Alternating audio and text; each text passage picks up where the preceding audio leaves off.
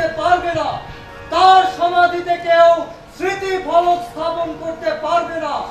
চরম কথা, কেউ যদি শাস্ত্র মতে পলিনিসেসের সমাধি দেবার চেষ্টা করে তবে তাকে মৃত্যুদণ্ড দেয়া হবে। শুনেছো? শুনেছো? শুনেছো? শুনেছো? শুনেছো? শুনেছো? কি? ঘোষণা? রাজ্যাদেশ। হ্যাঁ, শুনেছি। বেতাল, মিথাই, পথ কুকুরে ছিঁড়ে ছিঁড়ে খাবে অনাবৃত শরীর পলিনিসেস। দেশদ্রোহিতার চরম শাস্তি।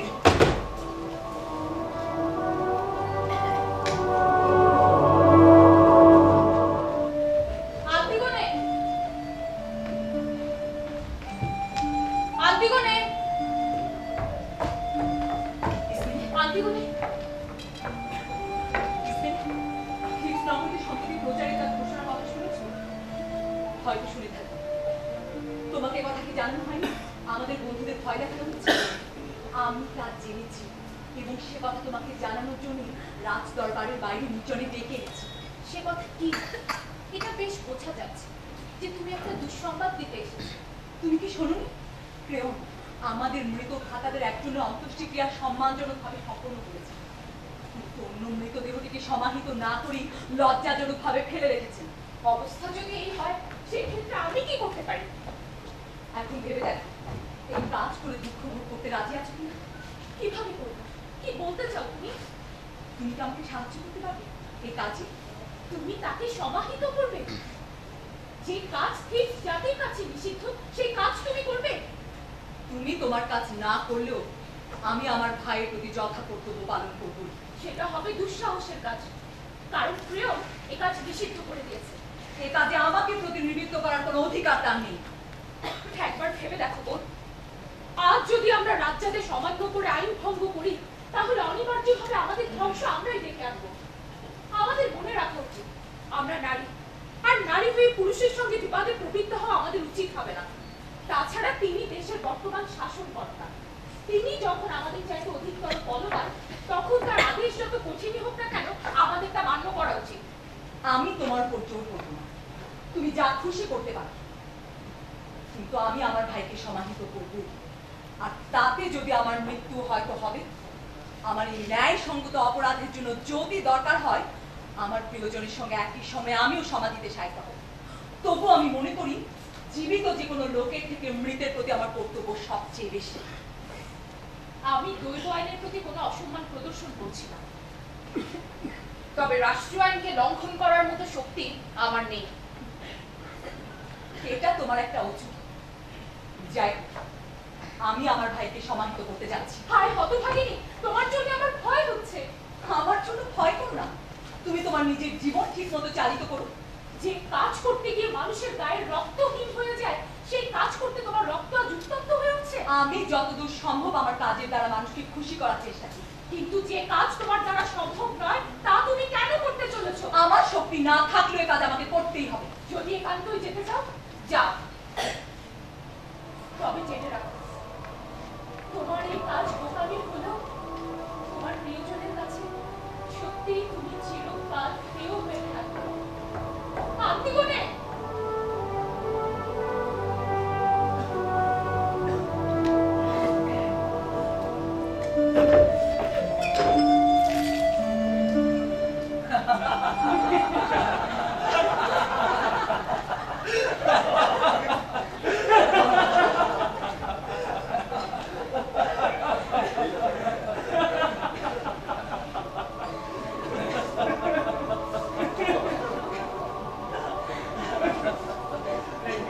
শব্দতরণ দ্বার সমন্বিত শোভাও এই ঠিক নগরের উপর এমন উজ্জ্বল ভাবে আর কোনোদিন কিরণ দান করেনি সুন্দরতম সূর্যালো।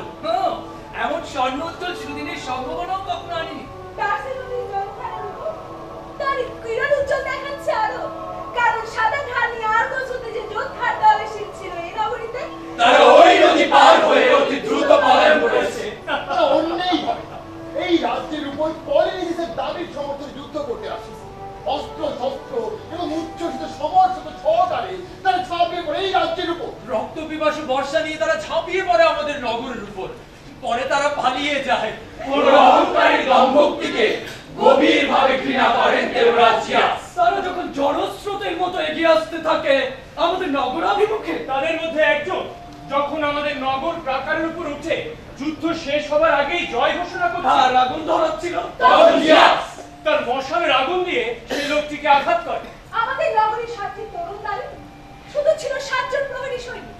আমাদের আর কিছুই করতে হয় না, বাকি সব কিছু দেবরাজিয়াসই করে। নিয়তির নিষ্ঠুর বিধানে যেই দুই সহোদর পরস্পরের প্রতি বর্ষা নিক্ষেপ করে উন্মাদের মতো জিয়াস তাদের মৃত্যুদণ্ড দান করেন। যেহেতু জয় আজ বহু রাজ্যের অধিকারী 3 জাতির করতলগত, যেহেতু আজ আমাদের জাতীয় আনন্দ উৎসবের দিন, সেহেতু বিগত যুদ্ধের সব কথা আজ আমাদের ভুলে যাওয়া উচিত। আজ সারা রাত্রি ব্যাপী বিভিন্ন দেবদেবীর মন্দিরে গিয়ে নৃত্য গীত সহকারে অনাবিল আনন্দ উপভোগ করব। ওই তো আমাদের দেশের বর্তমান রাজা মেরোসিয়াস পুত্র ক্রেয়ন এদিকেই আসছে। দেবতাদের কৃপায় তিনি রাজকীয় মর্যাদা ও সৌভাগ্য লাভ করেছে। মনে হচ্ছে কোনো বিষয় পরামর্শ করার জন্য দেশের বিশিষ্ট ব্যক্তিদের আমন্ত্রণ জানিয়েছে। হে ভদ্র মহোদয়গণ, জয় হোক সম্রাট ক্রেয়ন। আপনাদেরও জয় হোক। দেশের অন্যান্যদের মধ্যে আপনাদের এখানে ডেকেছি কারণ একদিন রাজা লায়স ও ইডিপাসের প্রতি আপনাদের শ্রদ্ধা ও আনুগত্য ছিল সর্বাধিক এবং অবিচলিত। রাজা ইডিপাসের পতনের পর আপনাদের রাজ ভক্তি স্বাভাবিকভাবে পতিত হয় তার পুত্রদ্বয়ের উপর। কিন্তু রক্তক্ষয়ী ভাতৃদ্বন্দ্বে ইডিপাসের 2 পুত্র পারস্পরিক আঘাতে নিহত হবার পর রাজ পরিবারের নিকটতম আত্মীয় হিসেবে আমি সিংহাসনের উত্তরাধিকার লাভ করি। কিন্তু যতক্ষণ পর্যন্ত কোন রাজা তার শাসন ও আইন প্রণয়নের ব্যাপারে অপর অভিজ্ঞতা ও যোগ্যতার পরিচয় দিতে না পারেন, ততক্ষণ পর্যন্ত তার মন বা তার সততা যাচাই করতে পারা যায় না। সম্প্রতি বর্তমান রাজাপত্রে ঘোষিত এক আদেশের কথা নিশ্চয়ই আপনারা শুনেছেন। নিশ্চয়ই শুনেছি। যদি কোনো লোক সে আদেশ বা আইন অমান্য করে তাহলে সে দুর্বৃত্ত হিসেবে গণ্য হবে এবং সে সম্মান পাবে না কোথাও। আর যদি কোনো লোকের দেশ নগরের প্রতি কোনো শ্রদ্ধা থাকে তাহলে অবশ্যই সে এই আদেশ মান্য করে চলবে এবং আমার দ্বারা সম্মানিত হবে। হে মেরোসিয়াস পুত্র ক্রেয়ন, তোমার এই আদেশ কার্যকর করার যথেষ্ট শক্তি তোমার আছে। তাছাড়া যারা মৃত এবং যারা আমাদের মতন জীবিত তাদের সকলের ভার তোমারই উপর ন্যস্ত। তাহলে এই আদেশ বা রক্ষণাবেক্ষণের ভার আপনারা গ্রহণ করুন। এ ভার কোন যুবকের উপর দান করো। মৃতদেহ পাহারা দেওয়ার মতো লোক পাওয়া গেছে। তবে আর কোন কাজের ভারের কথা বলছো তুমি? এই আদেশ বা আইন যারা ভঙ্গ করবে তাদের পক্ষ আপনারা সমর্থন করবেন না। এমন কোনো মূর্খ নেই যে মৃত্যুর দিকে একান্ত মোহবশত ছুটে যাবে। তা অবশ্য বটে, তবু মিথ্যে আসার ছলনা অনেক মানুষের জীবনে ধ্বংস ডেকে এনেছে। সম্রাট,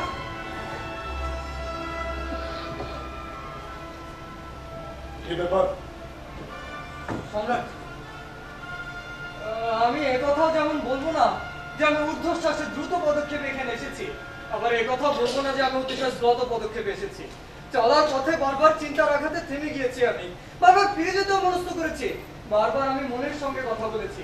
আমার মন আমাকে কতবার বলেছে, হায় মূর্খ, কেন তুমি নিশ্চিত মৃত্যুর কবলে গিয়ে পড়ছো। আবার পরক্ষণে কথা বলেছে, হতভাগ্য, থামছো কেন? সম্রাট ক্রেয়ন যদি কোনো প্রকার কথা শুনে তাহলে কি তার জন্য শাস্তি পেতে হবে না তোমায়? এইভাবে আপন মনের সঙ্গে যুদ্ধ করতে করতে আমার গতি মন্দায়িত হয়ে পড়ে, পথের দূরত্ব বেড়ে যায়। অবশেষে আমি এখানে আপনার সম্মুখে এসে উপনীত হই। যদি আমার বলার বিশেষ কিছু নেই, তথাপি আমার কথা আমি বলবো। আমি শুধু একটা আশাকে সম্বল করে এখানে আসি, সে আশা এই যে আমার ভাগ্যে যা আছে তার থেকে বেশি দুঃখ নিশ্চয়ই আমাকে সহ্য করতে হবে না। তোমার অন্তর্দ্বন্দ্বের কারণ কি? প্রথমেই আমি আপনাকে বলে রাখছি, এই কাজ আমি করিনি, যে করেছেন তাকেও আমি দেখিনি, সুতরাং আমি কোনো মতেই শাস্তির যোগ্য নই। নিজের ভালো মন্দ সম্বন্ধে তোমার দেখছি শুধু তোর দৃষ্টি আছে, নিজের নির্দোষিতার সপক্ষে অনেক কথাই বলেছ। নিশ্চয় তুমি গুরুত্বপূর্ণ কিছু একটা বলবে। সত্যই তাই, ভয়ঙ্কর কথা বলতে গেলে দেরি হয়। যাই হোক, যা বলবে বলে চলে যাও। বলছি, নিষিদ্ধ মৃতদেহটিকে কেউ কবর দিয়ে পালিয়ে গেছে। কি? কবরের উপর শুকনো মাটি চাপা দিয়ে পালিয়ে গেছে এবং ধর্মসম্মত আনুষ্ঠানিক সব ক্রিয়াকর্ম করে গেছে। কি বলছো তুমি?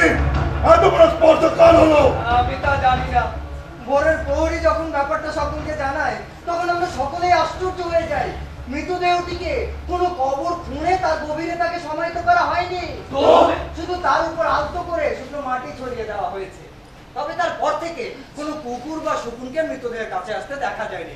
আমরা যে কেউ এ কাজ করিনি অথবা এ কাজের গোপন পরিকল্পনার কথাও কিছু জানি না, সে বিষয়ে দেবতাদের নামে শপথ করার জন্য আমরা প্রত্যেকেই হাতে তপ্ত লোহা নিতে অথবা আগুনের মধ্য দিয়ে হেঁটে যেতে রাজি আছি। আমি এখানে যেমন অবাঞ্ছিত তেমনি অনিচ্ছুক, কারণ আমি জানি দুঃসংবাদে কোনো শ্রোতাই খুশি হয় না, আর আমি তা জানি বলে আমি এখানে আসতে চাইনি।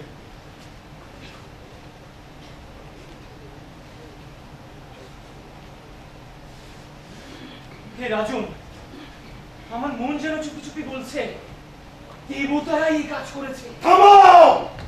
থামো! তা না হলে আমার ক্রোধের মাত্রা বেড়ে যাবে। তা না হলে তুমি মূর্খ, তা না হলে তুমি কত জ্ঞানী এবং মূর্খতা প্রমাণিত হয়ে যাবে। প্রথম কথা, দেবতারা কোনো মৃতদেহ নিয়ে মাথা খামান না। আরে তুমি কি কখনো দেখেছো যে দেবতারা কোনো দুর্বৃত্তকে সম্মানে ভূষিত করেছেন? না।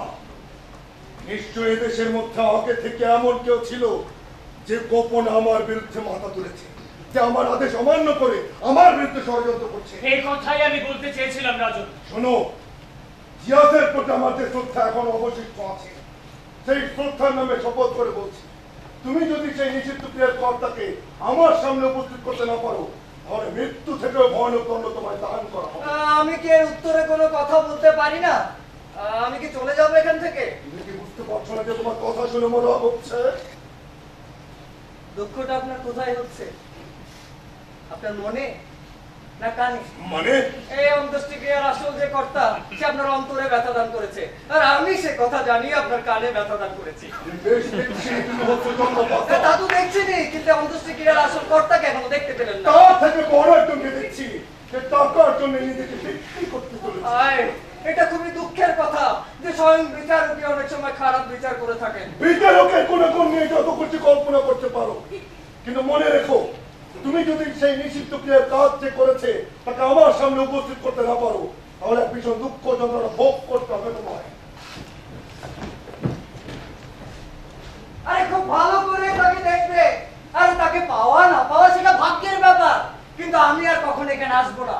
আমাকে এখানে কেউ কখনো দেখবে না। আমি বাঁচলাম, ঈশ্বরকে ধন্যবাদ।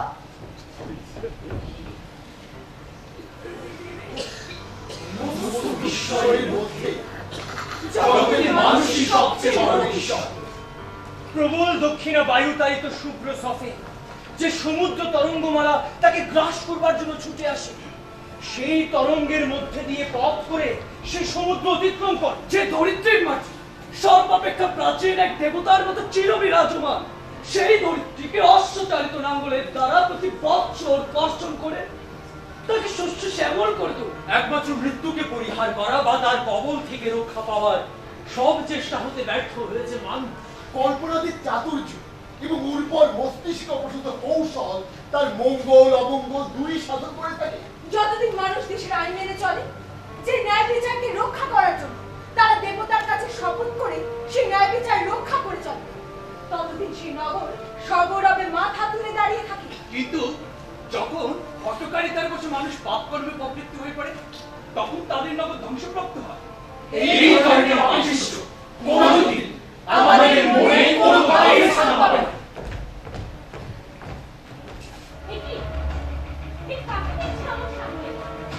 দেবতার একই লীলা স্তম্ভিত হয়ে উঠছে আমার অন্তরাত্মা। এ কথা কেমন করে অস্বীকার করবো যে তুমি আত্মীগণে হায় কন্যা, এই অর্থ কি? তুমি নির্বুদ্ধিতা বশত রাজ্যাদেশ লঙ্ঘন করে বন্দিনী হয়েছো। এই সেই বালিকা যে অপরাধ করেছে। ও যখন সে নিষিদ্ধ অন্ত্যেষ্টিক্রিয়া সম্পূর্ণ করছিল তখন আমরা তাকে ধরে ফেলেছি। কিন্তু সম্রাট প্রিয়ন কোথায়? সম্রাট হয়তো আমাদের প্রয়োজনের মুহূর্তে প্রাসাদ অভ্যন্তর থেকে তিনি এখানেই আসছেন।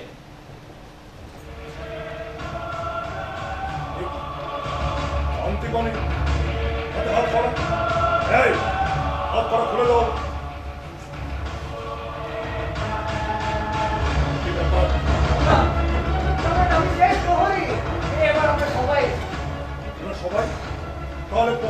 মৃতদেহের পাশে কে আছে? বদলি লোকেরা। আন্তিকোণকে কোথায় দেখলে? মৃতদেহের পাশে। মৃতদেহের পাশে আন্তিকোণ কি করছিল? কি করছিল? মৃতদেহকে সমাধিস্থ করার চেষ্টা করছিল। এই আন্তিকোণ সম্পর্কে কি উন্মাদের মতো প্রলাপ বকছো তুমি? সম্রাট, আমি নিজে দেখেছি। এতে জিজ্ঞেস করে দেখুন। আগে হ্যাঁ সম্রাট। পরিষ্কার দিনের আলোয় দুপুর নাগাদ হঠাৎ দেখি এই মেয়েটা হাইনার মতো নখ দিয়ে মাটি আঁচড়াচ্ছে। আমি যখন গিয়ে ওকে চেপে ধরলাম তখন ও চিৎকার করতে লাগলো, আমাকে ছেড়ে দাও, আমাকে ছেড়ে দাও, আমার এখনো শেষ হয়নি, মৃতদেহ পুরো ঢাকা হয়নি, তাই না? আগে হ্যাঁ সম্রাট। কি সত্য আন্তিকোণে? হ্যাঁ সত্য। তাহলে রাতের অন্ধকারে যে আরেকবার মৃতদেহ সমাহিত করছিল সেটি তুমি? হ্যাঁ আমি। সম্রাট, সম্রাট সে বন্য জন্তুর ক্ষিপ্রতায় মাটি সরিয়ে চলছিল। প্রথমে ঝলসানো রোদের জন্য সব কেমন আবছা লাগছিল, ঠিক বোঝা যাচ্ছিল না। হঠাৎ দেখি এই মেয়েটা হাইনের মতো নখ দিয়ে মাটি আঁচড়াচ্ছে। আমার লোকদের একজন বলল, আরে হয়তো কুকুর হবে। আমি বললাম, কুকুর কি বলছো, ও তো একটা মেয়ে। হলো তাই। যেখানে খুশি চলে যেতে পারো। এবার তুমি সংক্ষেপে আমার কথার উত্তর দাও। এই কাজ নিষিদ্ধ করে এক আদেশ জারি করা হয়েছে, তাকে তুমি জানো? একথা প্রকাশ্যে ঘোষণা করা হয়েছিল, সকলেই তা জানে। তা জেনেও তুমি ইচ্ছে করে সেই আদেশ বা আইন লঙ্ঘন করেছো? হ্যাঁ করেছি, কারণ এই আইন দেবরাজ জিয়াস প্রণয়ন করেনি। দেবতার অস্তিত্ব ও ন্যায় বিচারে বিশ্বাসী কোনো মানুষ এই আইন প্রণয়ন করতে পারে না। আমি ভাবতেই পারি না আপনি একজন মরণশীল মানুষ হয়েও দেবতাদের দ্বারা প্রবর্তিত অলিখিত অমুক আইন লঙ্ঘন করবেন। দেবতাদের আইন আবহমান কাল ধরে চলে আসছে, কতকাল তা কোনো মানুষ বলতে পারে না। অহংকারী কোনো মানুষের ভয়ে সেই দৈব আইন লঙ্ঘন করলে মৃত্যুর পর আমি দেবতাদের কাছে তার কোনো পরিচয় দিতে পারতাম না। আমি জানি মরতে একদিন আমাকে হবে, আপনার আইন লঙ্ঘন করলেও হবে। আপনার প্রদত্ত মৃত্যুদণ্ড লাভে আমি বরং নিজেকে ধন্য মনে করছি, কারণ চারিদিকে অবাঞ্ছিত অশুভ শক্তির দ্বারা বেঁচে থাকাটা যেখানে দুঃসহ ভয়ানকভাবে যন্ত্রণাদায়ক, সেখানে মৃত্যু একটা লাভজনক ব্যাপার নয় কি? মেয়েটির কথা শুনে মনে হচ্ছে ও তার পিতার মতোই আবেগপ্রবণ। অবস্থার সঙ্গে সে নিজেকে খাপ খাইয়ে নিতে জানে না। আমি তোমাকে একটা কথা জানিয়ে দিতে চাই, যে অতিরিক্ত দম্ভ দর্পে লোকদের উত্তত মাথা শীঘ্রই নত হতে বাধ্য হয়। খুবই শক্ত নখে আগুনে পড়ালে তাকে বাঁকিয়ে পিটিয়ে অনেক কিছুই করা যায়। তাহলে বিলম্ব করছেন কেন? আপনার কথা যেমন আমার ভালো লাগছে না, তেমনি আমার কথাও আপনার ভালো লাগবে না। তবে গৌরবের কথা যদি বলেন তাহলে বলবো, নিজের ভাইয়ের মৃতদেহকে সমাহিত করার মতো মহত্তর গৌরব আর কোথায় পাবো? এখানে যারা উপস্থিত আছে তাদের সকলের মুখ যদি ভয়ে বন্ধ না থাকতো তাহলে তারা সকলেই এক বাক্যে কথা স্বীকার করত, মানুষ রাজ শক্তির দ্বারা অনেক কিছুই করতে পারে। উত্তত আদেশ অমান্যকারী আমার মুখে মুখে তর্ক করতে তোমার লজ্জা করছে না? না, ভাইয়ের প্রতি ধর্মসম্মত আচরণে লজ্জার কিছু নেই। সম্পূর্ণ বিপরীত কারণে যে প্রাণ দেয় সেকে তোমার ভয় নয়? হ্যাঁ। তবে কেন যে অন্যায়কারী অধার্মিকতার প্রতি সত্য জানাচ্ছ? মৃত দুজনেই ছিল সহোদর ভাই, মন্দজন অন্যজনের কৃত দাস ছিল না। ভালো এবং মন্দ কখনই একই ক্রিয়াকর্ম আশা করতে পারে না। কে বলতে পারে? মৃত্যুর জগতে হয়তো এসব ভালো মন্দের কোনো পার্থক্যই নেই। তাহলে মৃত্যু করতে চলে যাও। যদি ভালোবাসা পেতে চাও তাহলে ওই মৃতদের ভালোবাসাকে। আমি যতদিন বেঁচে থাকবো আমি কোন নারীর কথা মতো চলবো না। আন্তিকোণে আমি তোমাদের মতো দুটো কলসা পুরুষ ছিল। আমি ভাবতে পারিনি আমার অলক্ষ্যে আমার অবতরে আমার বিরুদ্ধে ষড়যন্ত্র করে আমার সব প্রাণ রস সচল করে নিতে চাইছে। কি তুমি অপরাধ স্বীকার করবে না বলবে এ ব্যাপারে তুমি কিছুই জানতে না? আমি এই কাজ করেছি। জানি না আমার বোন আমার এই দাবি মানবে কিনা। ন্যায় বিচার তোমার এই কথা স্বীকার করবে না। তুমি এই কাজের কিছুই জানতে না আর আমি তোমাকে জানাই না। না বোন, আমাকে প্রত্যাখ্যান করো না, আমাকেও তোমার সঙ্গে মরতে দাও, আমাকেও মৃতের প্রতি সম্মান দেখাতে দাও। আমার মৃত্যুতে তুমি অংশগ্রহণ করো না। যে কাজে তুমি হাত দাওনি সে কাজ করেছো বলে দাবি করো না। তুমি ছাড়া আমি কেমন করে বাঁচবো? সে কথা ক্রিয়ারকে জিজ্ঞাসা করো। কেন আমাকে উপহাস করছো? যদি তোমাকে উপহাস করে থাকি তাহলে দুঃখের চাপেই তা করছি। আমি কি কিছুই করতে পারি না? নিজেকে বাঁচাও। কিন্তু বিনা প্রতিবাদে এইভাবে বেঁচে থাকতে আমি চাইনি। তুমি বেঁচে থাকো, আনন্দ করো। আমি অনেক আগে মৃত্যুর কাছে সঁপে দিয়েছি নিজেকে। এই দুটি বালিকার মধ্যে একজন জন্ম নির্বোধ, আরেকজন এখন নির্বুদ্ধিতার কাজ করছে। হে রাজন, যারা হতভাগ্য তারা প্রকৃতি প্রদত্ত যুক্তিও মানতে চায় না। তোমার যুক্তি বলে কিছু নেই, কারণ তুমি অন্যায়কারীর সাথে অন্যায় কর্মকে বেছে নিচ্ছ। আমার বোন বেঁচে না থাকলে কি করে আমি বেঁচে থাকবো? তার থাকার কথা আর বলো না, সে আর বেঁচে নেই। কিন্তু আপনি কি আপনার পুত্রের বাগদত্তাকে হত্যা করবেন? আমি আমার পুত্রের স্ত্রী হিসেবে একটা দুষ্ট প্রকৃতির মেয়েকে পেতে চাই না। এ আমার প্রিয় এমেন, দেখো তোমার পিতা কিভাবে তোমার প্রতি অবিচার করছে। খুব হয়েছে, তোমার জীবন এবং বিবাহের এখানে শেষ। হে রাজন, আপনি কি আপনার পুত্রকে এই কুমারীর ভালোবাসা থেকে বঞ্চিত করবেন? মৃত্যু মৃত্যু এদের বিবাহের পথে বাধা সৃষ্টি করবে। তার মৃত্যু তাহলে নিশ্চিত? হ্যাঁ, নিশ্চিত।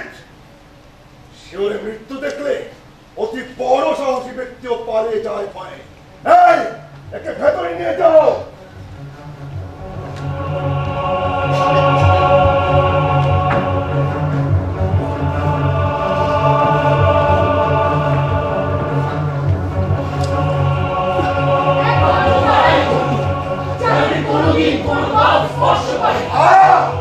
একবার কোনো সংসার যদি পূর্ণের সম্পর্কে মৃত্যু করে পাপের গর্তে নিমজ্জিত হয়, তাহলে সে অভিশাপ বংশানুক্রমে সেই সংসারের উপর বর্ষিত হয়। আমি ব্যক্তিগত বংশকে এইভাবে দৈব অভিশাপের দ্বারা জর্জরিত হতে দেখেছি। বংশানুক্রমে ল্যাপটেকাস উত্তর পুরুষরা এই অভিশাপ ও পুঞ্জীভূত দুঃখের বোঝা বহন করে চলেছে। কোন মানুষই তোমার শক্তিকে খর্ব করতে পারে না। মানুষের মন বড় ছোট, সেখানে কোনো বড় জিনিস বিনা আঘাতে প্রবেশ করতে চায় না। অতিরিক্ত কামনার আগুনে তাদের পা না পড়া পর্যন্ত তারা কুকুরটি গমন করে। অবশ্যই হতাশ হয়ে প্রতিনিবৃত্ত হয়। বিজ্ঞরা তাই বলে থাকেন, যাদের মন পাপমুখী তাদের কাছে মন্দ ভালো দেখায় এবং বেশ কিছুটা তারা নিয়ে আবার সেই মন্দকে জীবনে বরণ করে চলে। ওই দেখুন, আপনার কনিষ্ঠ পুত্র হেমেন আসছে। রায় বাগদত্তের প্রাণদণ্ডের আদেশে দুঃখিত চিত্তে এখানে আসছে। তার বিবাহের আশা হুঙ্কুরে বিনষ্ট হয়, তার মন এখন অতীব তিক্ত। শীঘ্রই আমরা আশা দিনের প্রত্যাশা করছি। হে আমার পুত্র, তুমি কি তোমার বাপ দত্তার মৃত্যুদণ্ডের কথা শুনে তোমার পিতার উপর ক্ষুব্ধ হয়ে এখানে এসেছো? পিতা, আমি তোমারই। তোমার জ্ঞান মতে তুমি আমাকে যে আদেশ দান করবে আমি তাই মেনে চলবো। তোমার অনুমতি ছাড়া কোনো বিবাহকে আমি আমার জীবনে লাভজনক বলে মনে করবো না। হে আমার পুত্র, তুমি যেন কখনো তোমার পিতার ইচ্ছার অবদ্ধ হয়েও না, এটাই হচ্ছে তোমার প্রতি আমার আদেশ। পুত্রের এই অবাধ অকুণ্ঠ আনুগত্যের জন্যই মানুষ প্রার্থনা করে দেবতাদের কাছে। তারা চায় তাদের পুত্ররা কর্তব্য পরায়ণ হয়ে গড়ে উঠুক। কিন্তু যারা অসার্থক পুত্রের জন্ম দেয় তারা তাদের জীবনে দুঃখের বীজ বপন করে তাদের শত্রুদের জয়ের পথ প্রশস্ত করে দেয়।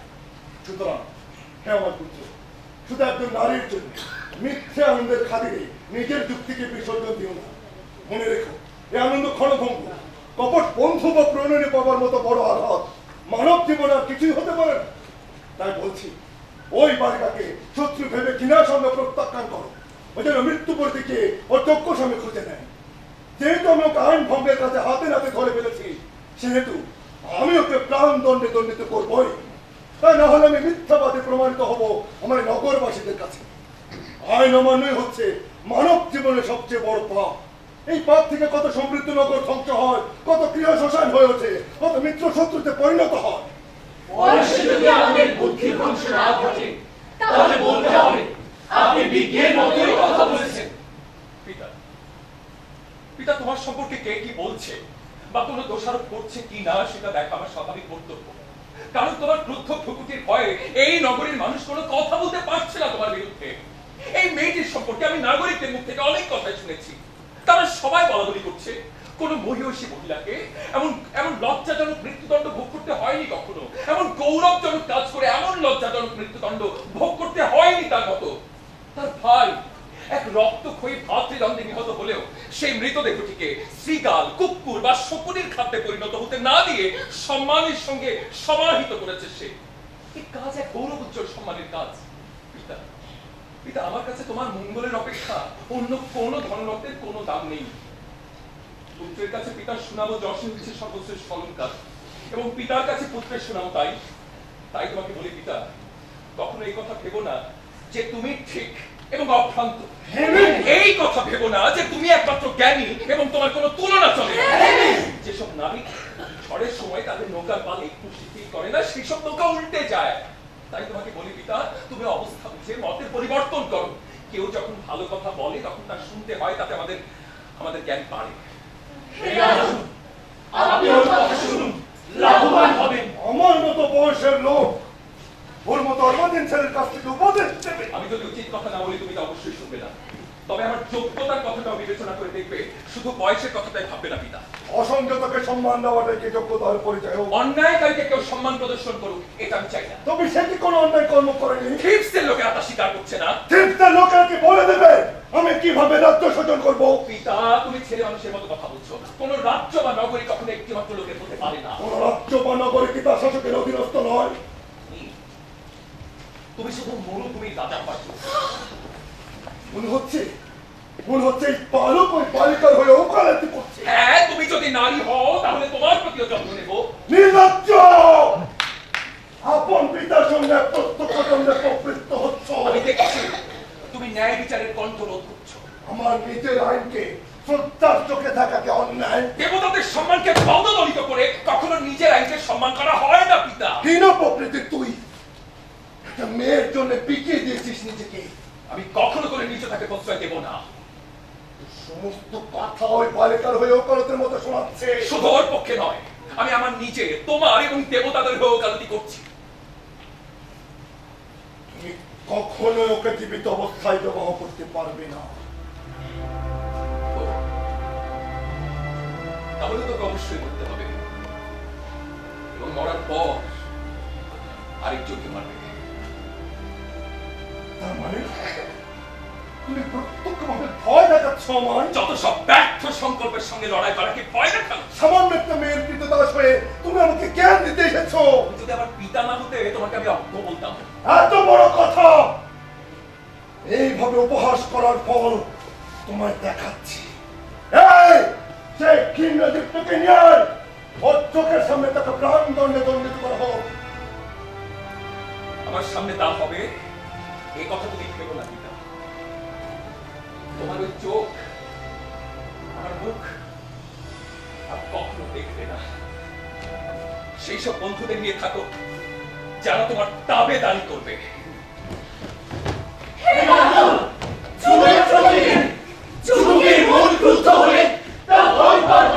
ও যা খুশি করুক, ও দুটি বালিকাকে ধ্বংসের হাত থেকে কিছুতেই বাঁচাতে পারবে না। না, যে অন্যায় কর্ম করেনি তাকে হত্যা করা হবে না। আমি তাকে নির্জন পার্বত্য হয়ে নিয়ে গিয়ে সামান্য কিছু খাদ্য দিয়ে ছেড়ে দিয়ে চলে আসবো। সেখানে সে মৃত্যু দেবতার উপাসনা করতে করতে যদি পারে সে মৃত্যু থেকে উপাধি পাবে। এর ফল পরে জানা যাবে। আপাতত আমাদের এই নগর এই ধরনের আইন লঙ্ঘনকারী বাবা তার হাত থেকে রেহাই পাবে।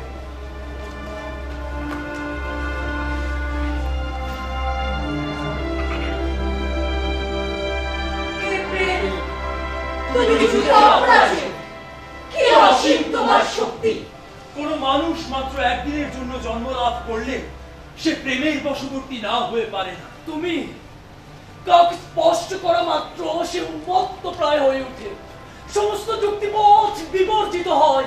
হে প্রেম, তোমার বর্ষবর্তী হয়ে ন্যায় পরায়ণ মানুষও হয়ে ওঠা অন্যায় দাস, স্বেচ্ছায় ধ্বংসের পথে এগিয়ে চলে। এই প্রেমের শক্তি অমোঘ, দৈব আইনের মতোই চিরন্তন সত্য। কারণ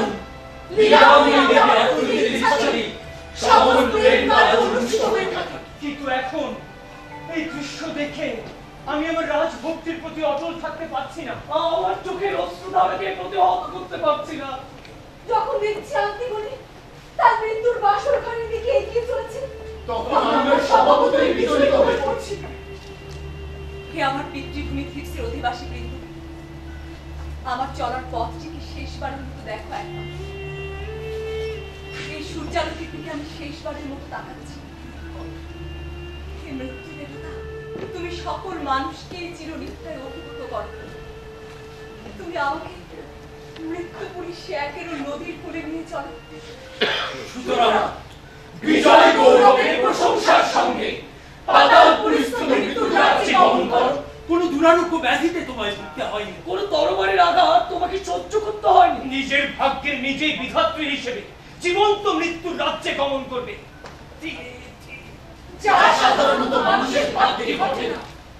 আমার অভিশপ্ত ভাই নিজের মৃত্যুর মধ্য দিয়ে কি নিদারুণ সর্বনাশ নিয়ে এলে আমার জীবনে। শ্রদ্ধান্বিত রাজ মানুষের প্রশংসা আকর্ষণ করে, কিন্তু কোন ক্ষমতাবান ব্যক্তির বিরুদ্ধে কোন অন্যায় কাজ করলে সেই ব্যক্তি তা সহ্য করে না। তোমার দুর্বিনীত অত্যন্ত জিও ভাই তোমার ধ্বংসকে ডেকে এনেছে।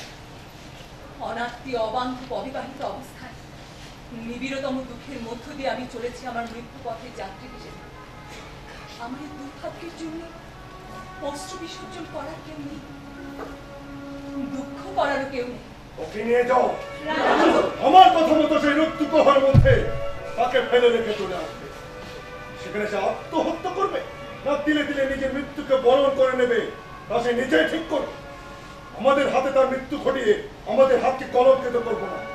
তবে কথা নিশ্চিত যে সে আর আলোর মুখ দেখবে না। পার্বত্য গুহার কালান্ধকারপূর্ণ সমাধি হবে আমার বাসর, আমি সেখানেই যাচ্ছি।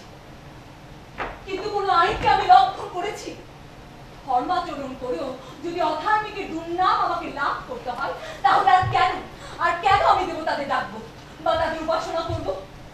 আমার মৃত্যুর পর আমি দেবতাদের কাছে জানতে চাইবো আমার সত্যিকারের অপরাধ কি।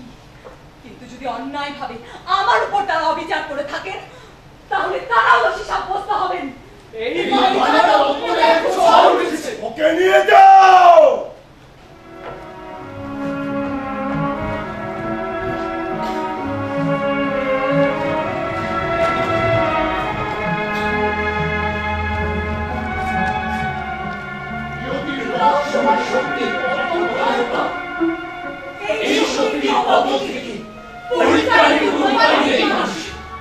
কোন ব্যক্তি বিশাল নগরী বা সুরক্ষিত অন্য পথে থেকেও নিয়তির কোপ দৃষ্টিকে এড়িয়ে যেতে পারবে না।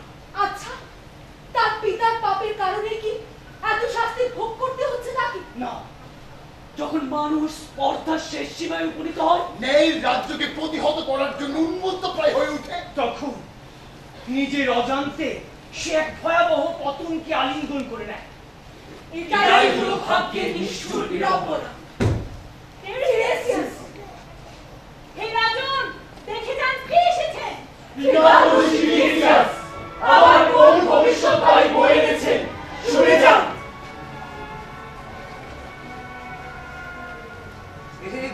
রাজকুমারগণ, একটি বালকের সাহায্যে আমি আপনাদের সকাশে এসে উপস্থিত হয়েছি। হাঁটতে হলে অন্ধ লোকের তো অন্যের সাহায্য নিতেই হয়। এই বয়োবৃদ্ধ জিনিস কি তোমার সংবাদ? আমি তো বলছি, জ্যোতিষীর কথা শুনবে মন দিয়ে। আমি তো তোমার পরামর্শকে কোনোদিন তুচ্ছ জ্ঞান করিনি, আর সেজন্যই তুমি এখনো ঠিকভাবে নগর শাসন করে চলেছো। আমি তো জানি আমি তোমার কাছে উপকৃত। তবে মনে রেখো, এখন সৌভাগ্যের এক শেষ কিনারায় দাঁড়িয়ে আছো তুমি। কি বলছো তুমি? তোমার কথায় কাঁপন যাচ্ছে আমার অন্তরে। আমার কথা শুনে সব জানতে পারবে। আমি যখন আমার জ্যোতিষ চর্চার জায়গায় বসেছিলাম, যখন আমার সব পোষা পাখিগুলো তাদের জায়গায় জড়ো হয়েছিল, তখন আমি দেখলাম সহসা তারা এক ভয়ঙ্কর রাগে চিৎকার করছে এবং হত্যার মনোভাব নিয়ে একে অপরের ঠোঁটগুলোকে কামড়ে ধরছে। তাদের একটানা কর্কশ কলরবের ফলে তাদের কোনো কথাই আমি বুঝতে পারলাম না। আমি তখন ভয়ে প্রজ্বলিত যজ্ঞ বেদিতে আহুতি দেওয়ার চেষ্টা করলাম দেবতাদের উদ্দেশ্যে। মানলে আহুতি প্রদান সত্ত্বেও কোনো শিখা উচ্চিত হচ্ছে না। পাখিদের চিৎকার হতেও লক্ষণ সংক্রান্ত কোনো কথা স্পষ্ট বোঝা যাচ্ছে না। কারণ ওরা নরম অংশের রক্ত রঞ্জিত চর্বির আস্বাদ পেয়েছে। এবার এই কথাগুলো একবার ভেবে দেখো বৎস। মানুষ মাত্রই ভুল করে, কিন্তু একবার ভুল করে ফেলার পর সকলেই সে ভুল সংশোধন করার চেষ্টা করে। এমন নির্বোধ কেউ নেই যে গোড়ামির সঙ্গে সেই ভুলকে শেষ পর্যন্ত আঁকড়ে ধরে থাকে। উগ্র ইচ্ছা শক্তির স্বাতন্ত্র্যই মানুষের নির্বুদ্ধিতাকে বাড়িয়ে দেয়। মৃতকে আর আঘাত করো না, মৃতের প্রতি তোমার কর্তব্য পালন করো। নিহতকে হত্যা করার শক্তি ও অধিকার কারোরই নেই। আমি তোমার মঙ্গলের জন্যই তোমাকে এই উপদেশ দান করলাম। হে বৃদ্ধ, সুদক্ষ তীরন্দাজের মতো তুমি আমার প্রতি তোমার অব্যর্থতা নিক্ষেপ করলে। আমাকে সামান্য পণ্য ভেবে কিছু লাভের চেষ্টাও করলে। যত খুশি লাভ করো সর্দেশের উপর ভারতের সোনা, কিন্তু তুমি সেই মৃতদেহ সমাহিত করতে পারবে না। স্বয়ং নিকোলো যদি সেই মৃতদেহের টুকরো টুকরো মাংসগুলি বহন করে নিয়ে গিয়ে স্বর্গের সেই সিংহাসন কলুষিত করে, আর এই নগরের সমস্ত যজ্ঞ বেদে করি সেই গলিত মাংসে কলুষিত হয়, তাহলে কোনো ভয়ে আমি সেই মৃতদেহ সমাহিত করবো না। আপনি ভুল করছেন রাজন। না, ভুল নয়। আমি জানি কোন মানুষ দেবতার কোন বস্তুকে কলুষিত করতে পারে না। তুমি একজন জ্যোতিষী হয়েও তা জানো না, কারণ তুমি সুন্দর কথার মধ্যে দিয়ে এক নির্লজ্জ চিন্তাকে লুকিয়ে রেখেছো। আমি স্বার্থপর, এ কথা কেউ বলতে পারে? বলতে চাও তুমি? কোন সাধারণ সত্য প্রকাশ করতে চাও? অত্যাচারী শাসকরাই ব্যক্তিগত লাভের জন্য সবকিছু করে। তুমি কি জানো তুমি তোমার রাজার সম্পর্কে কথা বলছো? জানি, আমার কথাতেই তুমি একদিন তেজ জাতিকে রক্ষা করেছিলে। তুমি একজন জ্যোতিষী হয়েও মানুষের কুকর্মকে প্রশ্রয় দিচ্ছ। এবার তুমি আমাকে এক ভয়ঙ্কর গোপন কথা বলতে বাধ্য করবে। বলো সে কথা, কিন্তু ব্যক্তিগত কোনো স্বার্থে সে কথা বলতে চেও না। ব্যক্তিগত স্বার্থে নয়, তোমার স্বার্থেই সে কথা বলবো। তবে জেনে রাখো, আমার সংকল্প নিয়ে তুমি কোনো ব্যবসা করতে পারবে না। তবে জেনে রেখো, তুমি আর বেশি দিনে জগতে জীবিত থাকবে না। যদি না তোমার একটি সন্তানের মৃত্যু হয়, কারণ তুমি একজন জীবন্ত মানুষকে সমাধিস্থ করেছো, অথচ একটি মৃতদেহকে সমাধিস্থ না করে তাকে অনাবৃত অবস্থায় ফেলে রেখেছো। তোমার এই কাজে দেবতাদের কোনো সমর্থন নেই, বরং এই কাজের দ্বারা তুমি দেবতাদের প্রতি অন্যায় ও অসম্মান প্রদর্শন করেছো। সুতরাং মনে রেখো, ভয়ঙ্কর দৈব শক্তিরা প্রতিরোধের জন্য প্রতীক্ষা করছে। এই ধরনের বিপদের মধ্যে তোমাকেও তারা ফেলবে। এবার লক্ষ্য করবে, আমি এসব কথা আপন স্বার্থে অন্য কোন লোকের নির্দেশে বলছি কিনা। অল্প সময়ের মধ্যেই তোমার প্রাসাদের অন্তঃপুরে নারীরা আর্তনাদ করতে থাকবে। শহরের সমস্ত লোক এক প্রবল ঘৃণায় ফেটে পড়বে তোমার উপর, কারণ পথকুক্কুর ও পাখিরা প্রায় প্রতি ঘরেই অনাবৃত মৃতদেহের অংশ নিয়ে যাবে। আমার মনে তুমি যেমন অকারণে দুঃখ দিয়েছো, তেমনি আমিও তীরন্দাজের মতো তোমার অন্তরে দুঃখের তীর নিক্ষেপ করেছি। চলো চলো বালক, আমাকে এখান থেকে নিয়ে চলো।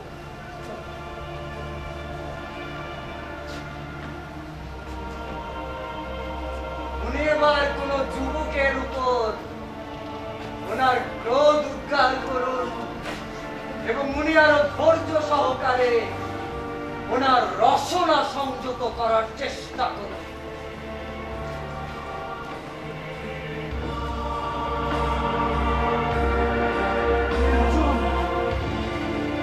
ভয়ঙ্কর ভবিষ্যৎবাণী ব্যক্ত করে উনি চলে গেলেন।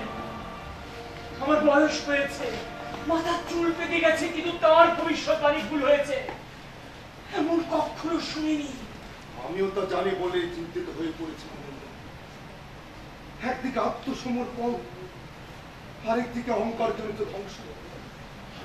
এই দুটোর মধ্যে যে কোনো একটা বেছে নেওয়া সত্যিই বড় কঠিন হয়। আমার তাহলে কি করতে হবে বলো, আমি তাই করবো। তাহলে সবার প্রথমে ওই গুহান্তরাল থেকে কুমারীকে উদ্ধার করে আন, তারপর অনাবৃত মৃতদেহটিকে সমাহিত করে তার উপর একটি সমাধি স্তম্ভ নির্মাণ করুন। এই তোমাদের উপদেশ, যথাশীঘ্রই নিশ্চিত আত্মসমর্পণ। দেবতারা থুতু আঘাতের দ্বারা মানুষের নির্বুদ্ধিতার অবসান ঘটান। আমার পক্ষে কাজ করা সত্যি বড় কঠিন হয়। তবু আমি তোমাদের কথাই মেনে নিলাম। নিয়তির বিরুদ্ধে সংগ্রাম চালিয়ে লাভ নেই। তাহলে নিজে যান, এই কাজ দুটো অবিলম্বে করুন, অন্য কারো উপরে কাজের ভার দেবেন না। হ্যাঁ, আমি নিতে যাবো। কোথায় কোথায় আমার মৃত্যুগণ? তোমরা প্রত্যেকে এক একটা কোঠা নিয়ে চলো আমার সাথে। আমার বিচারের ধারা পরিবর্তিত হয়েছে। আমি যেমন নিজ হাতে তাকে বন্দী করেছি, তুমি আমার এই হাতে তাকে মুক্ত করবো। প্রথাগত আইন কানুন সংরক্ষণ করে চলা ঠিক।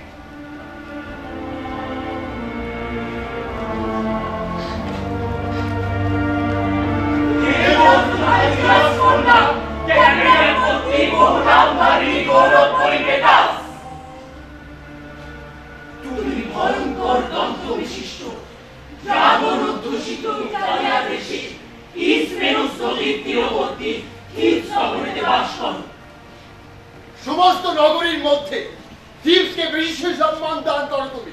আজ যখন আমাদের সমগ্র জাতি এক ভয়ঙ্কর বিপর্যস্ত, তখন তুমি আমাদের ত্রাণকর্ত্রী রূপে পারমিসিয়ার সুউচ্চ পর্বত শিখর অথবা কোন সুগভীর সমুদ্র প্রণালীর মধ্য দিয়ে আবির্ভূত হও আমাদের সম্মুখে। হে দেব যুবরাজ জিয়াস পুত্র, মহাশূন্য মণ্ডলের নক্ষত্র যখন দ্বিগুণিত হতে থাকে, তখন তোমার সাহচর্য পেয়ে তারা এক অদ্ভুত ঐক্যতানে ফেটে পড়ে। তাদের উল্লসিত নিঃশ্বাস বায়ু হতে অগ্নিক্ষরণ হতে থাকে। হে আদির অধিপতি, তুমি তোমার থাইটাস ও থাইটাস এই দুই নিত্যকোটি সহচর সহ আবির্ভূত হও আমাদের এই বিপর্যস্ত জাতির সম্মুখে। রানী কোথায়? কেন কি হয়েছে? দুঃসংবাদ দেওয়ার আছে, ভয়ঙ্কর দুঃসংবাদ। আমার কি দুঃসংবাদ বয়ে এনেছো? মৃত্যু। আর সে মৃত্যুর জন্য জীবিতরাই দায়ী। কে তাহলে হত্যাকারী? আর নিহত বা কে? বলো আমাদের। হ্যামেন মারা গেছে, কিন্তু তার রক্তপাত অন্য কেউ ঘটায়নি। তার মৃত্যুর জন্য কি তার পিতা নেই না সে নিজে? তার পিতার প্রতি ক্রোধ বশত সে আত্মহত্যা করেছে। হে ভবিষ্যৎবক্তা, কত সত্য তোমার ভবিষ্যৎবাণী। আপাতত ঘটনা হচ্ছে এই, এর পরের ঘটনা আপনার অনুমান করে নিন। আমরা দেখতে পাচ্ছি ক্রিয়নপন্থী হতভাগিনী ইউরাইস এদিকে আসছেন। হয়তো তিনি এমনি আসছেন, অথবা তিনি তার পুত্রের মৃত্যুর সংবাদ পেয়েছেন।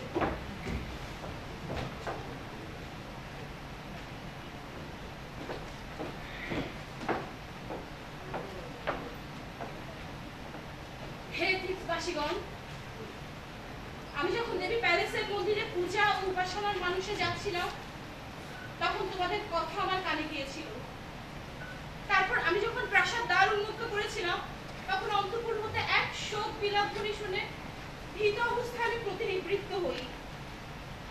আমি আমার সংজ্ঞা প্রায় হারিয়ে ফেলি। কি সংবাদ? আমায় বলো।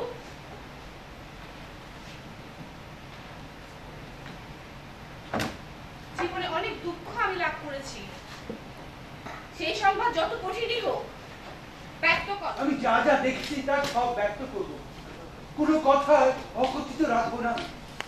আমি কিছু আগে রাজার সহযোগ হিসেবে শহরের প্রান্তে সে উন্মুক্ত প্রান্তরের দিকে এগিয়ে চলছিলাম, যেখানে পলিনাইসিসের অনাবৃত অবজ্ঞাত মৃতদেহটিকে পথকুকুরেরা ছিঁড়ে খাচ্ছিল। আমরা গিয়ে মৃতদেহটিকে ধৌত করে টাইসা বৃক্ষ শাখাতে তেল ছুঁড়িয়ে আনুষ্ঠানিক ক্রিয়াকর্ম করে মৃতদেহটিকে সমাধিস্থ করে তার উপর একটা মাটির ঢিবি খাড়া করলাম। তারপর পার্বত্য গুহার সমাধিস্থ থেকে সেই কুমারী মেয়েটিকে উদ্ধার করতে গেলাম, কিন্তু সেখানে ঢোকবার আগেই একটি আত্মনাদ আমাদের প্রভু রাজা গ্রহণের কানে এলো। রাজা কাছে এগিয়ে যেতেই যে ক্রন্দন ধ্বনি স্পষ্ট শোনা যেতে লাগলো। রাজা তৎক্ষণাৎ বেদনাত্ম হৃদয়ে বললেন, ভাই, কি হতভাগ্য আমি, যে আশা করেছিলাম তাই ঘটলো। আমার পুত্রের কণ্ঠস্বর আমি যেন শুনতে পাচ্ছি। শোনো শোনো ভৃত্যগণ, তোমরা পাথর খণ্ড সরিয়ে দেখো গিয়ে ওখানে আমার পুত্র হেমেন আছে নাকি তার কণ্ঠস্বর নকল করে দেবতারা আমাকে প্রতারিত করছেন। রাতের কথা শুনে আলোতে অনুসন্ধান করতে গেলাম। সেই গুহার শেষ প্রান্তে গিয়ে দেখলাম মেয়েটি গলায় দড়ি দিয়ে ঝুলছে, আর সেই ঝুলন্ত মৃতদেহের কোমরটা দু হাত দিয়ে জড়িয়ে ধরে হেমেন করুণ কণ্ঠে আত্মনাদ করছে। একসময় সে তরবারি উন্মুক্ত করে তার পিতার দিকে ছুটে গেল, কিন্তু লক্ষ্যভ্রষ্ট হওয়ায় সেই তরবারি নিজের পেশের মধ্যে আত্মহত্যা করলো হেমেন। যতক্ষণ তার প্রাণ ছিল সেই মেয়েটির মৃতদেহ থেকে দূরেই ধরেই ছিল। সে যেন সমস্ত মানব জাতিকে শিক্ষা দিয়ে গেল, আর সেই শিক্ষায় অবিবেচনায় হচ্ছে মানব জাতির সবচাইতে বড় বিশ্বাস।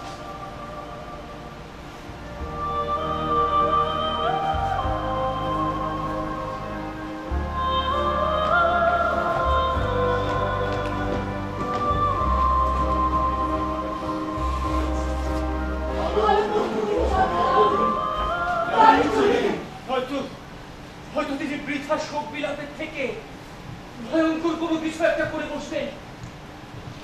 আমি অন্তঃপুরে যাই। তুমি ঠিকই বলেছো, অত্যাধিক নিরাপদা ভালো নয়।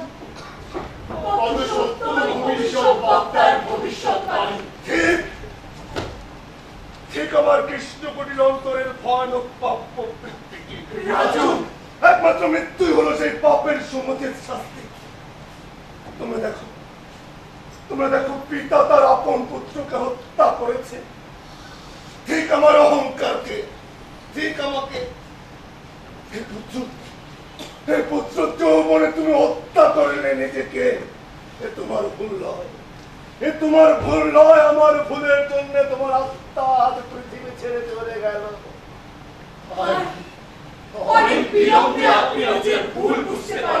আমার মনে হচ্ছে স্বর্গ হতে যেন কোন দেবতা আমাকে দুঃখের বোঝা বাড়ি নিষ্পেষিত করছেন, আমার সকল আনন্দকে তারা পদধরিত করছেন। হায় আমার সকল শ্রম ব্যর্থ হলো। আমার মনে হয় আপনি কি মৃত্যুর সংবাদ বহন করে নিয়েছেন, কিন্তু এই দিকে আরেকটি মৃতদেহটি জমা হয়েছে, সেটিকে আপনাকে বহন করতে হবে। অন্তঃপুরে কি হয়েছে দেখুন। কি হয়েছে? দুঃখের পরে আবার কি দুঃখ বিপদের কথা বলছো তুমি? আপনার সদ্য মৃত পুত্রের জননী, আপনার রানী প্রাণ ত্যাগ করেছেন।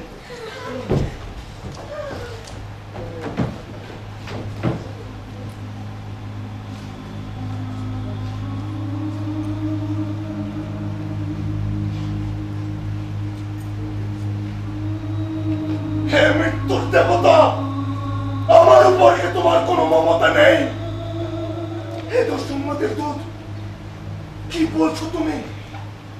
তোমার নতুন সংবাদ কি? স্ত্রী মৃত্যু, মৃত্যুর পর মৃত্যু। আমরা দেখলাম হেমেনের মৃত্যুর সংবাদে মুহ্যমান রানী নীরবে প্রাসাদ অভ্যন্তরে গেলেন। সেইখানে দেবতার বেদী মনের সামনে এক তিক্ত ছুরিকার দ্বারা বক্ষে আঘাত করে মাটিতে লুটিয়ে গেলেন রানী ইউরিদাইস। মৃত্যুকালে তার চক্ষুদল উন্মোলিত ছিল। তিনি প্রথমে মৃত ব্যাগাবিউসের জন্য দুঃখ প্রকাশ করেন, এরপর তার সদ্য মৃত পুত্রের জন্য, এরপর আপনাকে অভিশাপ দেন, কারণ আপনি আপনার পুত্রের মৃত্যুর জন্য দায়ী। আমার পাপের কোনো তুলনা করে না। হে মৃত্যুগণ, আমাকে এখান থেকে নিয়ে চলো। আজই যেন আমার মৃত্যু আসে, আগামীকালের সূর্য যেন আমাকে আর দেখতে না হয়। পরিত্রাণের কোনো উপায় নেই মানুষের। সেদিন ভবিষ্যতে আসবে, ভবিষ্যতের কথা ছেড়ে দিন, এখন রাজ্যের প্রজাদের প্রতি আপনার কর্তব্য পালন করুন। আমার পাপের কোনো তুলনা করে না। আমার পাপের কোনো তুলনা করে না। আমি নির্বোধ হঠকারী মানুষ। হে আমার পুত্র, তোমাকে আমি হত্যা করেছি। হে আমার প্রিয়তমা পত্নী, তোমাকেও আমি হত্যা করেছি। হতভাগ্য আমি। কোন দিকে যাব? কোথায় তাকাবো? আমার বেঁচে থাকার আর কোনো অবলম্বন নেই। আমার শিওরে আজ অপরিচিত দুর্ভাগ্যের কথা। আমি শুধু মৃত্যু চাই, মৃত্যু চাই, মৃত্যু চাই, মৃত্যু চাই। প্রজ্ঞায় হল মানুষের সুখের সবচেয়ে বড় কারণ। দেবতাদের প্রতি কখন কোনো অবস্থাতেই অশ্রদ্ধা করতে নেই। অহংকারীকে স্বয়ং মুক্তির জন্য এই ধরনের আঘাত লাভ করতে হয়।